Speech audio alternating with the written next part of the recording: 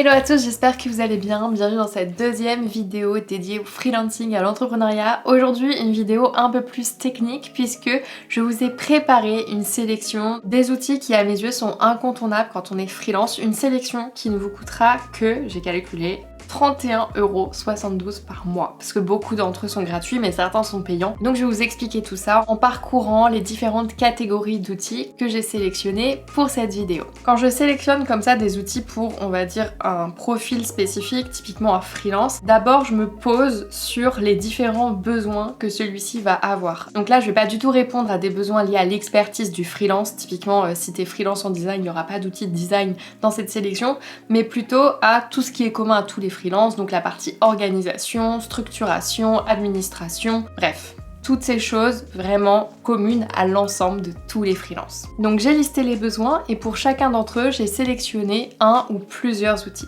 Donc pour moi, le premier besoin d'un freelance, c'est un besoin d'organisation. Quand tu es freelance et que tu travailles seul, il est vraiment essentiel que tu parviennes à t'organiser.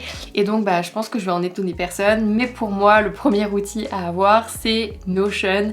Et donc en l'occurrence, c'est un outil payant, en tout cas quand on l'utilise de manière assez avancée. Et donc là, en l'occurrence, je recommande le plan Plus, qui est donc le plan à 8 $ par mois. Donc ça fait déjà 7,32 € par mois. Ensuite viennent les outils d'agenda. Donc là, moi je vous recommande d'utiliser simplement Notion Calendar, qui est donc lié à votre compte Notion de cette façon, qui est donc gratuit et qui vous permettra à la fois donc de gérer tous vos agendas, d'organiser vos visioconférences, etc. mais également donc de partager ce qu'on appelle des plages de disponibilité. C'est-à-dire que si vous voulez envoyer un email à quelqu'un en lui disant prends rendez-vous dans mon agenda pour tel call, tel call, tel call, vous pouvez de cette façon lui partager les horaires auxquels vous êtes disponible, ce qui est très pratique. En gros, ça vient remplacer un Calendly, à savoir que Calendly, si vous avez un seul événement, ce qui est très courant quand t'es freelance, t'as pas besoin de 1000 événements, eh bien tu peux prendre le plan gratuit qui suffit amplement. Donc Notion Calendar, Calendly, déjà deux outils que je peux vous recommander. Troisième outil, qui est une découverte très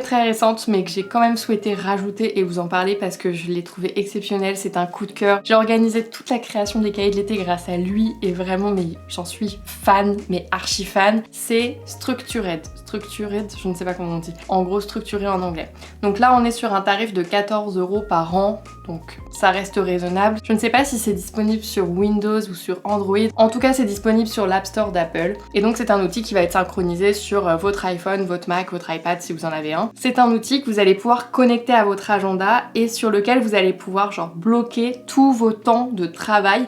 C'est trop bien. Moi, j'adore faire du time blocking et surtout, ça me permet d'avoir ma backlog de tâches. Et en fait c'était exactement la même chose que ce que je faisais jusqu'ici dans Notion, mais je galérais un peu dans Notion parce que c'est pas fait pour ça, alors que là c'est fait pour ça. Et donc en fait j'utilise Notion et Structured en parallèle.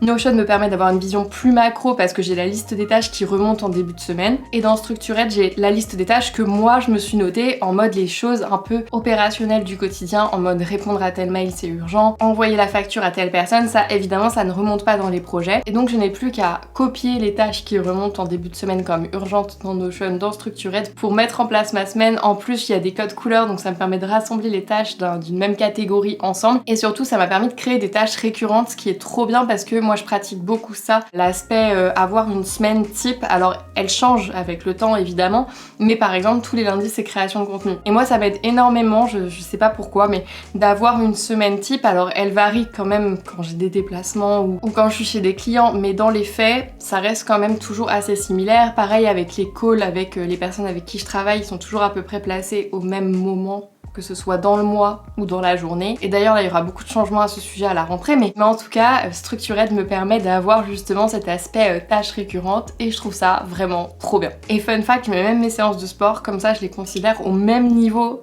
d'importance que mes tâches de travail. Ensuite viennent tous les outils de communication. Donc là je vais rien vous apprendre, pour moi il faut un outil déjà d'emailing. Alors moi j'utilise Gmail, notamment parce que de cette façon je paye donc un compte classique Google Workspace avec un gros drive, donc ça me permet de mettre plein de choses dessus. Et donc ça me coûte 11,50 € par mois et ça me permet dans le même temps d'avoir les Google Meet avec un temps illimité. Donc ça c'est un gros pôle sur les 30 €, 11 € partent pour Google. Mais pour moi c'est important, drive, conférence et emailing. Donc Bon, j'avoue que Google, j'ai du mal à m'en passer. D'ailleurs, je sais qu'il y en a qui se posent la question, mais sur Gmail, moi perso, c'est mon adresse claire no code. Tu peux très bien avoir ton adresse mail avec ton propre nom de domaine et utiliser la messagerie Gmail, les deux n'ont rien à voir. Deuxième outil que j'utilise pour communiquer avec mes équipes, c'est Slack. Et pareil pour les clients les plus récurrents quand t'es freelance. Pour moi, c'est vraiment un outil de base pour communiquer au quotidien. Alors, il y en a certains qui sont sur Teams, j'ai pas passé le cap. Je trouve que cet outil est quand même très mal fait. Donc, dans ces cas-là, c'est toujours les emails. Et un autre outil que j'ai découvert cette année et qui m'aide énormément à ne plus avoir trop, en tout cas beaucoup moins de retard dans tous les messages que je reçois, c'est Beeper. Parce qu'en fait, il me permet de centraliser mes DM Instagram, mes DM sur LinkedIn, mes messages Slack, mes messages WhatsApp, tout au même endroit. Je n'ai plus qu'une seule application et d'archiver la conversation quand j'ai répondu. Ce qui me permet donc de ne plus galérer à retrouver une conversation. Notamment, je trouve que la messagerie LinkedIn est une catastrophe. Elle aide pas du tout à s'y retrouver. D'autant plus que sur LinkedIn, faut le dire, on reçoit beaucoup trop de mails de prospection. Donc voilà, Beeper, vraiment trop bien. Typiquement, quand je reçois un mail de prospection et que je sais que c'est automatisé, un peu mal fait, que ça m'intéresse pas du tout, hop, j'archive direct, j'avoue, sans répondre. Et sur l'aspect communication, d'ailleurs, je voulais ajouter que moi perso, j'ai pas de téléphone pro, c'est-à-dire que mon perso fait mon pro, ce qui est pas ouf du tout. Je songe de plus en plus à prendre un téléphone pro et je pense en effet que c'est une bonne idée pour réussir à couper. Quatrième catégorie, les outils de banque et de facturation. Alors en réalité, les deux peuvent être séparés, mais c'est vrai que je vais vous parler donc de Shine qui pour moi était un super outil quand j'étais en auto-entreprise. C'était donc à la fois une banque et l'outil sur lequel j'éditais directement mes factures. Depuis que j'ai une SASU, je suis passée sur Conto parce que je trouve que c'est mieux mais c'est aussi plus cher. Shine, on est sur 7,90 par mois. Pour moi, c'est vraiment important d'avoir une banque pour avoir un compte bancaire séparé de son compte perso, même quand on est en auto-entreprise. Je sais que c'est pas obligatoire, mais franchement, faites-le, ça vous évitera bien des problèmes. Typiquement, quand j'avais mon auto-entreprise, ça me permettait d'avoir sur ce compte tout l'argent que je gardais de côté pour l'État, typiquement toute la TVA que j'avais récoltée ou bien les charges que je devais à l'URSSAF. Et de cette façon, j'étais sûre de ne pas y toucher et de ne pas le dépenser. J'en connais beaucoup trop qui font n'importe quoi, qui mélangent tout et qui se retrouvent à payer l'URSSAF et à être en mode ouf, ça fait mal. Bah oui, en fait, c'était pas ton argent. Enfin, c'était pas ton argent. Non, c'était pas ton argent. Donc, il faut faire bien attention à ça. Et je trouve que avoir vraiment deux comptes bancaires séparés, ça aide énormément, ça évite les désillusions. Quand t'as pas vraiment l'argent sur ton compte, au moins tu le dépenses pas. Donc c'est plutôt pas mal. Et si vous cherchez un outil pour générer vos factures gratuitement, je vous recommande facture.net qui est ultra simple et gratuit. Alors le design il est pas incroyable mais franchement ça fait le taf. Donc vraiment basique, simple, très pratique. Donc un outil de plus à connaître quand on est freelance pour éditer ses factures. Si vous prenez Shine évidemment, vous pouvez directement faire vos factures directement dans Shine. Cinquième catégorie, les outils de visio. Tout à l'heure on disait que quand on prend l'abonnement Google Workspace, du coup on a Google Meet qui permet de durer plus d'1 heure. Je trouve ça fou déjà qu'il limite à 1 heure. Avant c'était pas le cas, avec un compte gratuit on pouvait dépasser 1 heure, maintenant c'est limité à 1 heure, je trouve ça fou. Une alternative que j'aime beaucoup à Google Meet, c'est Whereby. Ça permet d'avoir un lien unique que vous partagez du coup à toutes les personnes qui ont des rendez-vous avec vous et franchement c'est pratique de pas avoir à galérer à chercher le lien du rendez-vous et le plan gratuit peut carrément suffire du coup quand t'es freelance et les calls à 2 personnes sont à durée illimitée donc une super alternative à Google Meet. Et enfin un dernier outil quand t'es freelance qui est quand même important, c'est l'outil pour faire son portfolio, pour créer son site web. Alors là je vais étonner personne hein, mais pour moi l'outil à tester cette année pour faire son portfolio hyper facilement c'est Framer. J'en ai fait toute une vidéo que je vous mettrai du coup dans le petit i. Là du coup cette fois-ci encore un outil payant donc on est sur 5 € par mois. On arrive donc à une somme de 31,72 € par mois. J'estime que ça va, on est resté quand même assez raisonnable dans les achats de nos outils.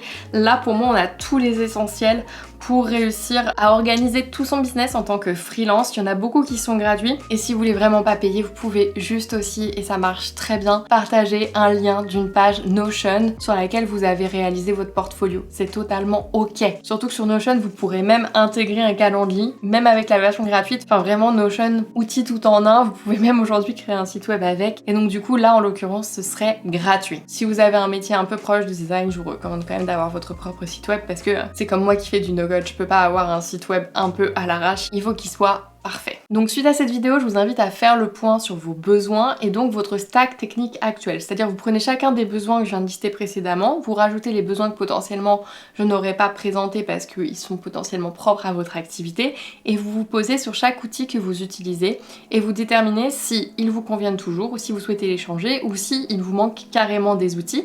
Et de cette façon, ça vous permettra d'aller tester potentiellement des outils que je vous ai présentés qui pourraient venir compléter votre stack technique de base. J'ai beaucoup parlé de Notion dans cette vidéo. Si vous ne connaissez pas du tout Notion, je vous mettrai également une vidéo dans le petit i dans laquelle justement je présente Notion qui vous permettra de mieux comprendre un petit peu à quoi ça sert, comment l'utiliser et ça vous permettra de savoir si cet outil pourrait vous intéresser pour mieux vous organiser. Si tu n'es pas encore freelance mais que tu envisages de te lancer en freelance et plus particulièrement en freelance sur des sujets no-code, je suis actuellement en train de créer une solution pour accompagner les freelances justement à se lancer, à lancer leur activité à leur tour et donc j'ai besoin de toi pour réussir à co-créer cette solution.